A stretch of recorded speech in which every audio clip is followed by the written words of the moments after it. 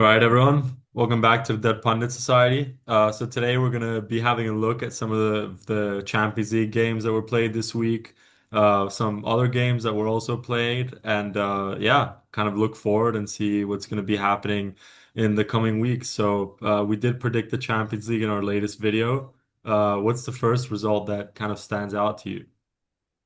The first result is one that I wish I had pushed for with more chest because I said I saw it happening, but I doubted myself and my Nostradamus prediction ability, which is Bodo Glimt against Inter, man.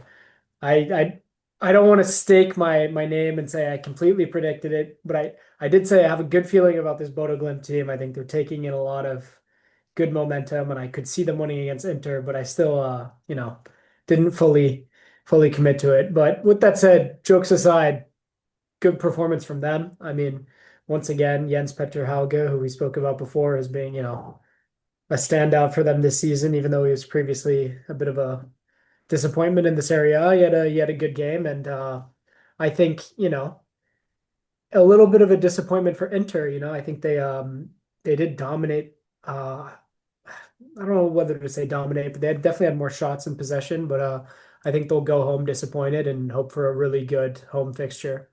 Yeah, I mean, I think Bodo Glimt played well. They took their chances. They really made the most of it. Also of the conditions, right? Like they're used to playing in this stadium, the AstroTurf pitch, in the Arctic Circle, which a lot of teams have struggled to play in, even Man City recently. I was kind of shocked to be honest because Inter has been in fine form recently in Serie A and also in the Champions League over the last couple games. So it's it'll be interesting to see. I do expect Inter to turn it around in the San Siro. I think they only need 3 goals difference, and that's definitely something that they can do from a quality standpoint. That being said, Bodo Glimt has been pretty good away from home in their last few games, notably drawing away to Dortmund, beating Atletico. So we'll have to see how that evolves, but I think for sure it'll be an interesting return fixture. The first one I want to talk about is Juventus. I was really shocked by their result away at Galatasaray. I mean, Juventus doesn't have a historically great record away from home in Turkey, but that being said, 5-2, I don't think that was in many people's prediction. I mean, obviously it's a tough ground to go to. The fans are very loud and they make their presence heard. But 5-2, it will be a difficult one to overturn in the Allianz. What do you think? Yeah, I don't want to say it was a complete shock because that was another one where I said I thought Juventus would win. That was the prediction, but I do remember us saying, and I specifically said this was two good teams. Galatasaray have very good attackers. We talked about Osimhen, Mauro Icardi.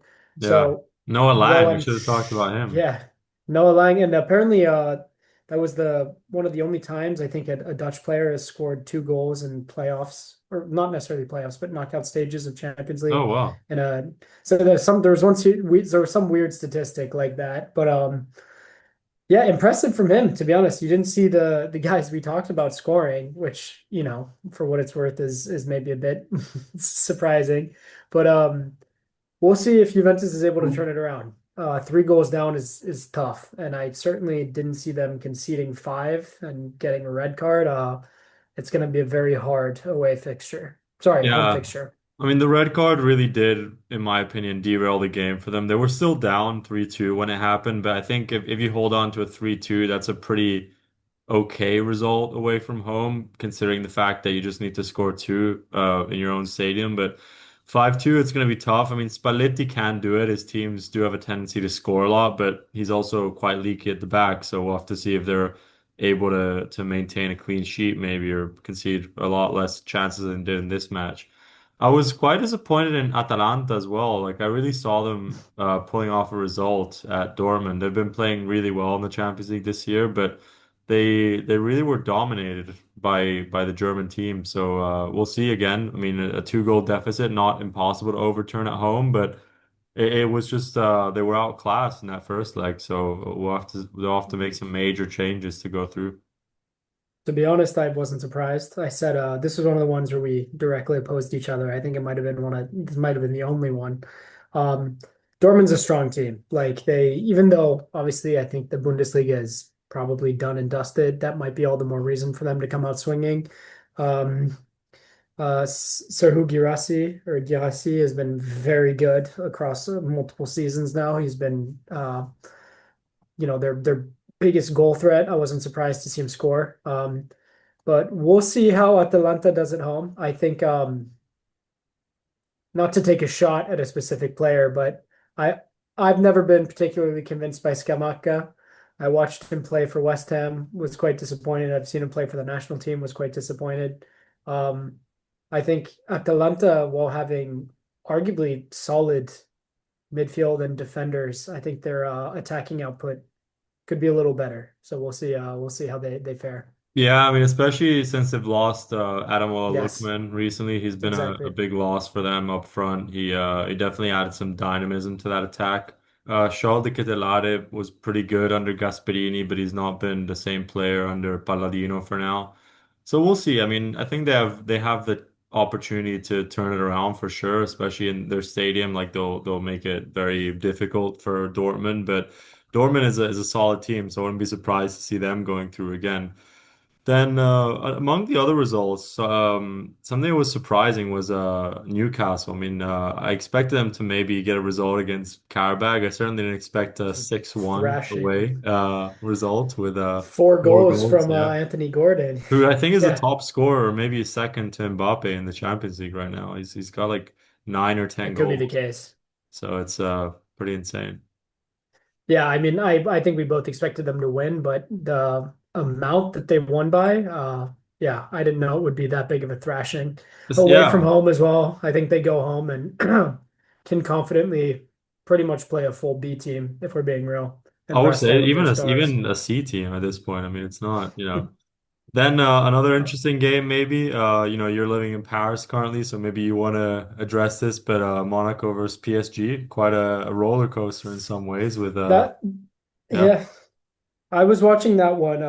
I was watching that live, not in the stadium, but on TV, and I was surprised to see how quickly it started off. I mean, Balogun scored in the first minute. That was certainly not anticipated, and then again in the 18th. PSG, I mean, showing why, they were champions last year, despite having a really rough start. They then proceeded to dominate the game, to be honest. I mean, they had so many shots, it was ridiculous. 3-2, I think they'll be happy with that, especially, I mean, they'll be happy with it in terms of the result. They'll be disappointed in terms of the goal difference. I think the two goals at the start definitely impedes them a bit, but yeah, Desiree Doué doing his thing as usual, and I think they'll confidently win the next one. yeah, I think so. It's actually interesting because I didn't realize PSG is not even first in Ligue 1 right now. So they've definitely been struggling a bit more this year Yeah. compared to Lens is weird. last This has been season. a weird season. Yeah. So we'll have to see how that goes. Then, I mean, in other news, Bayer Leverkusen beat Olympiacos away from home. I mean, not much to say. I didn't really watch that game, to be honest. Shocker. I didn't watch it either. I guess it's good for Bayer that they're looking poised to go through the next round. Then what other games? Club Brugge, Club Atletico Brugge. Madrid. That was Yeah. quite a banger, 3-3 with two I didn't goals in watch the that. last I minute. wish I did. You But said you said Club Brugge would be strong, to be fair. You yeah, I called mean, I that. still, after a 3-3 away from home, I still expect Atleti to probably go through at home. They Mm, only need a 1-0 win even. But Club Brugge, sneaky pick for a potential upset upset. in the next round. Then the last game, The Benfica big against game. Real Madrid. That was a 1-0. The one that's Yeah, in the headlines for all the wrong reasons, exactly. Yeah. sadly. Um, we knew that no is a strong word. We anticipated Real Madrid would win. 1-0 is obviously not a significant win, but I think the goal from Vinny Jr. was very good. I Yeah. was very impressed by that finish, showing his class, which he's shown multiple times on different years throughout Champions League. It's sad and upsetting that what happened, and that's the main headline. But that's the biggest takeaway from this game, unfortunately. Yeah, for sure. I mean, it's quite disappointing also to see a manager like Jose Mourinho, with such a history of being coaching players of all different walks of life, really slamming Vinicius and taking the side of his own player. And obviously, I mean, that I guess you do have to back your player to some degree, but it seems like a pretty clear offense, at least from the And the footage that I've seen and the interviews yeah, of other players. And so it's just really disappointing that in 2026 we're still having to talk about these incidents rather than what these players are doing on the pitch. I mean, whether you like Vinicius or not, maybe you don't like the way he celebrates or whatever, but that should not be a yeah, reason for behaving like that. Absolutely disgusting behavior, and hopefully, one day this can be eradicated from the game. 100%. And for what it's worth, I sent this to Pablo and our friends either earlier today or yeah, I think it was this morning. I think Kylian Mbappe gave a very excellent interview afterwards. He's very well spoken in Spanish to say to bring that up again. He's clearly made himself right at home in Madrid, and I agree with everything he said about it. And yeah, I don't want to even give any more attention to number 25 as they call him, but Exactly, yeah. Well, moving on to another interesting development, the Wolves Arsenal game in the Premier League. So, Arsenal dropping points late with a you 94th love to minute see own it. goal for Riccardo Calafiori, who in a previous video I said should be swapped for I think it was Dusan Vlahovic. Maybe they should take them up on the offer now. But it seems like the pressure might be getting to the Gunners. They're now 5 points ahead of Man City, but Man City obviously has a game in hand, Game in so hand. that could potentially be 2 points. There's still a direct matchup between the two of them to be played at the Etihad, so that is also a big one for the near future. And I don't know, it just seems like some of the Arsenal players are starting to feel the pressure. What do you think? Yeah, I mean, we spoke about this. I don't remember which episode it was because it's been a while. And I said I can see them capitulating, and I think they're gonna fumble the title once again. I said that explicitly, and I said to be fair, that's I'm saying this because I'm trying to manifest it, and not to be an Arsenal hater, but at this point, it really looks like it's gonna happen. And I'm not saying I'm Nostradamus. I think a lot of people made these comments throughout the years, but it's a serious, jokes aside, it's a serious problem for Arsenal that in these games that are honestly must-win games, Wolves bottom of the league, have been horrible all season. That's a game you got to just pick up 3 points, get Easy. it done with, and that's like a massive mistake. And again, not to be critical of Arsenal, I sound like a hater, but they show a bit of mental fragility, and they're gonna need to sort that out if they want to bring things home, especially when you're up against Man City and Pep, who is notoriously you know a mentality monster, let's say. It's gonna be a climb. Yeah, I mean, it just seems like Arteta doesn't always have the confidence to go for it, like he's very content to settle for a draw a lot of the times. And I think against a team like Wolves, a team that's already been down for 3 months, that is already buying players to prepare for life in the championship, that's a game that you need to just try and go out and win 5-6-0. Like a team like Arsenal should be beating a team like that handily. And we'll have to see how it goes. I mean, Man City haven't been perfect this year, so there's every chance that they'll drop some points as well. But with it potentially being Pep's last season at the club, he'll definitely want to end on a high note. And it will really start bringing up some questions. If Arsenal don't win the league this year, questions over the future of Mikel Arteta, questions around the future of some of the players, right? Like maybe a William Saliba won't be staying on. If he has offers from other clubs that are more likely to win silverware. And yeah, it will be interesting to see how they end. But right now, it's I quite yeah. concerning for an Arsenal fan. I do think looking at the remaining fixtures, I think City Premier League fixtures specifically, I think cities are s- a bit more difficult. I wouldn't say significantly more difficult, but I know City have to play. Obviously, they're going to play Arsenal, they'll play each other, but City still have to play us at Stamford Bridge. Their last game of the season is Villa. I know because that game has been cracked as a big game for both teams involved. And I think they still need to play Newcastle as well. Yeah, they're playing Newcastle this weekend. So those aren't easy games. It's going to be curious. It's also going to be interesting to see how they both perform, with Champions League and everything. But yeah, that matchup that they have, two matchups, they're facing each other in the EFL Cup final as well.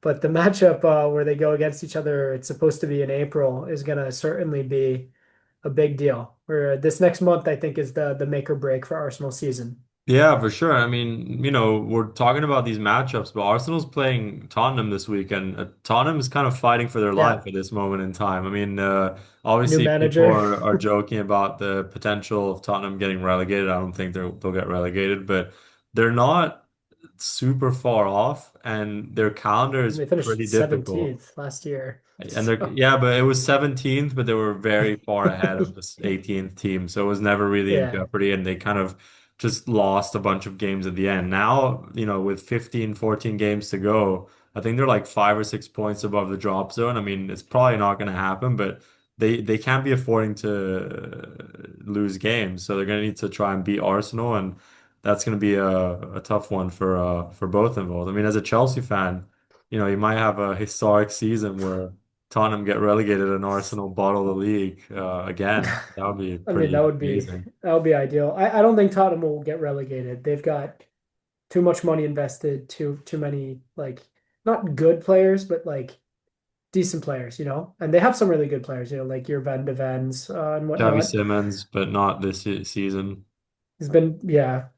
I don't think he's been as bad as everyone says he's been, but he's been poor Oh, he's overall. got like one goal contribution in like 20 games, I think. That's pretty poor. Yeah, it's poor. It's definitely poor, but he shows moments where he's good. I think he could come good for them. But in any case, I mean, I hope everyone fails for them. But it was interesting to see Thomas Frank be so bad. I'm not gonna lie, Thomas Frank's stock was quite high. I mean, this is a bit of a tangent, but I felt quite strong about Thomas Frank. He had shown really good glimpses at Brentford, especially with Brentford's attacking play. And Brentford's continuing to thrive without him. So I think his stock has taken a big hit, not only with him failing at Tottenham, but with how good Brentford have been without him, proving that, you know, maybe it's something behind the scenes. Maybe it's the recruitment, maybe it's coach that's gone overlooked. But yeah, Yeah, I mean, I think what was really interesting about that as well, and the timing could not have been more perfect, was Ange Postecoglou's interview on the overlap. I don't know if you had the chance yeah, to catch some I of saw that, that. but he basically was brought in like right when the news broke that Thomas Frank was being sacked, and he really gave some insight on how Tottenham works. I mean, I think it's kind of interesting. Normally, these coaches pro have NDAs when they get fired, so they're not really able to go into the details, but he really uncovered everything, which I think as a Tottenham fan is probably great because on the one hand, you get to see that really inner workings of a club. On the other hand, it's probably quite frustrating because of how poorly it's been run, especially considering the money they have, right? Like he was talking about trying to go in for players like Mbeumo, right? Like players that could make Tottenham make that step up. And instead he got young players like 18, 19-year-olds, which again, they were good players, high potential, but not really helpful for that cause, right? And he was eventually fired. And I don't know, maybe a couple Tottenham fans are regretting that sacking taking place, given the way their season is going this year.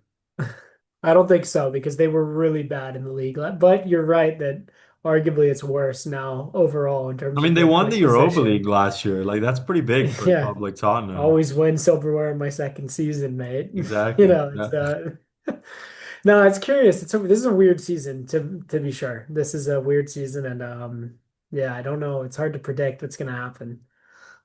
Yeah. So anyway, these were just some thoughts on some of the games. We'll see how the games go this weekend in the Premier League. I think it's going to be a big game week for the title and potentially also for the top four race. That guy that was gonna shave his head when Man United won 5 games needs to start again. So he is probably quite sad about that, but happy that he's still raking in that shampoo sponsorship money. And yeah, thanks for watching. Let us know your thoughts in the comments as always, and we'll catch you on the next one.